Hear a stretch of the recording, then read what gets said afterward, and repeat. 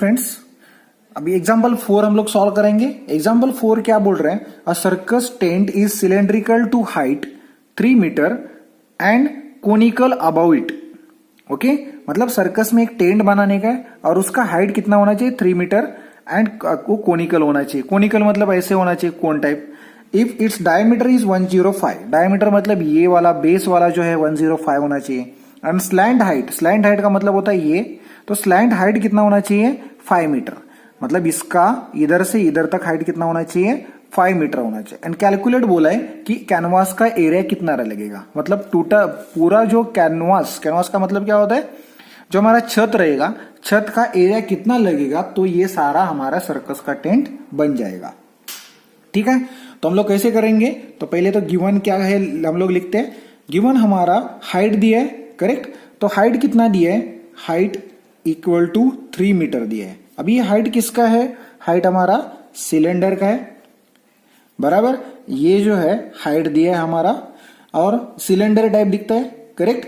And if its diameter, अभी diameter भी दिया है। डायमीटर कितना दिया है? 105 मीटर, करेक्ट। अभी ये डायमीटर से हम लोग क्या करेंगे? हम लोग रेडियस निकालेंगे। सो रिक्वायर्ड रेडियस कैसे निकालेंगे? d/2 करके। सो 105/2 करेंगे तो कितना आएगा? 52.5 metre. Okay, so 2 5s are 10, 2 2s are 4 and 2 5s are 10। So 52.5 metre हमारा रेडियस आया, करेक्ट। मतलब हम लोग ने इधर से इधर तक डिस्टेंस काउंट किया। अभी हम लोग क्या करेंगे? हम लोग के पास और भी कुछ पता है, slant height, correct. Slant height का मतलब होता है यल, और ये यल कितना दिया है? स्लैंट हाइट का आंसर दिया है 5 मीटर। अभी हम लोग को इधर क्या पता है? स्लैंट हाइट भी पता है। तो हम लोग क्या करेंगे? टोटल एरिया निकालेंगे। हम लोग को टोटल एरिया कितना लगेगा वो निकालेंगे। Total area of canvas. Okay, total area कैसे होगा? इसका भी एरिया होगा, मतलब क्या होगा? एरिया ऑफ सिलेंडर भी होगा, बराबर। और ये सिलेंडर का कैसे एरिया होगा? सरफेस एरिया होगा। Area of cylinder surface area होगा। सिमिलरली, और वो सिलेंडर का सरफेस एरिया कैसे रहेगा? सिलेंडर जैसे दिखता है वैसे कर्व सरफेस एरिया बोलेंगे। इसको क्या बोलेंगे? Curve surface area. And here also curve surface area of क्या बोलेंगे हम लोग? कोन का भी है मेरे पास, ऊपर का कोन का और नीचे का सिलेंडर का। तो एरिया इसका कर्व एरिया ऑफ सिलेंडर क्या होता है? कर्व सरफेस का, उसका फॉर्मूला है 2πr/h।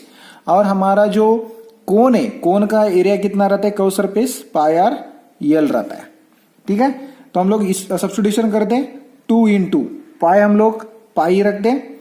आर कितना दिया है? आर ये हमारा रेडियस 52.5। एच कितना है? एच हमारा 5 सेंटीमीटर है। पाई इधर ही रहेगा। आर कितना है? 52.5 और एल कितना है? एल हमारा 5 है, करेक्ट।